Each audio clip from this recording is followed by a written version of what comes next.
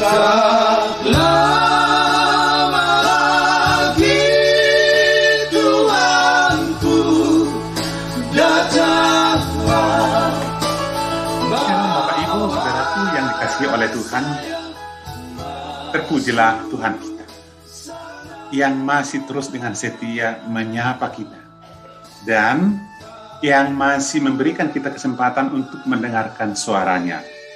Satu bagian firman Tuhan yang mau berbicara bagi kita pada saat ini, saya akan bacakan dari Matius pasal 24. Saya akan baca ayat 42 dan 44. Demikian firman Tuhan.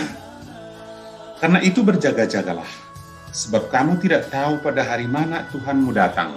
Ayat 44. Sebab itu hendaklah kamu juga siap sedia, karena Anak Manusia datang pada saat yang tidak kamu duga. Bagian firman Tuhan ini kita akan renungkan di bawah tema Tuhan akan datang segera. Nah, Bapak Ibu Saudaraku, bicara tentang keberadaan Tuhan Yesus sebagai manusia dan hadir di dunia, itu semuanya terlebih dahulu dinubuatkan. Pada bulan Desember kita sudah merayakan tentang bagaimana Ia lahir. Sebelum dan sesudah, di mana semuanya dinubuatkan. Dan seluruh keberadaan nubuatan tentang Tuhan Yesus itu sudah begitu banyak digenapi. Satu lagi yang masih kita tunggu, yang dinubuatkan dan sudah disampaikan kepada kita yang belum digenapi, yaitu kedatangannya kembali atau kedatangan Yesus kedua kali. Dan itu pasti akan terjadi. Pertanyaannya adalah, apakah kita sudah siap? Dari bagian firman Tuhan ini kita akan lihat dua hal. Yang pertama, bahwa kedatangan Tuhan tidak ada seorang pun yang tahu. Alkitab hanya memerintahkan kita untuk tetap berjaga-jaga, bersiap-siap. Dan bahkan di dalam bagian ini dikatakan bahkan Ia akan datang seperti tidak ada seorang pun yang menduga. Itu sebabnya jika ada info, berita, ungkapan dari siapapun dan menentukan datangnya Yesus entah kapan itu tidak benar. Bisa saja kemungkinan datang, tapi itu bukan karena Dia. Tapi sesungguhnya Alkitab jelas mengatakan tidak ada seorang pun yang tahu. Yang kedua kita melihat dari bagian ini adalah kalau Tuhan Yesus datang dengan tidak seorang pun tahu, berarti yang kedua, kita harus siap sedia. Pertanyaannya, bagaimana orang yang siap sedia menanti kedatangan Tuhan?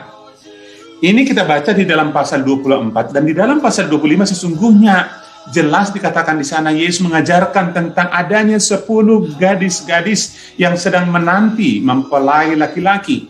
Namun di dalam keberadaan 10 gadis-gadis ini dikatakan ada 5 yang disebut gadis bodoh, tapi ada 5 yang bijaksana. Bedanya apa? Yang bodoh dikatakan dia menanti, dia punya pelita tapi tidak mengisinya, tidak mau tahu apa yang menanti datangnya sang mempelai laki-laki. Tetapi yang bijak dikatakan dia mengisi pelitanya, dia standby, dia mau tahu. Aplikasinya bagi kita apa? Tentu saja di dalam menanti Tuhan kita yang Maha Kudus dan mulia itu, kita harus tetap memelihara hidup di dalam kekudusan dan penuh dengan tindakan-tindakan perbuatan baik yang Tuhan ajarkan, Tuhan perintahkan kepada kita. Karena ketika kita melakukan kebaikan, itu menunjukkan keberadaan Tuhan ada di dalam diri kita, supaya orang lain melihat Kristus di dalam dan melalui keberadaan kita. Oleh karena itu, saudara yang dikasihi oleh Tuhan, sekali lagi Tuhan Yesus akan datang segera kembali. Mari kita selalu siap sedia menantikan kedatangannya. Kapanpun datang Dia melihat kita sudah siap menanti Dia sang mempelai laki-laki.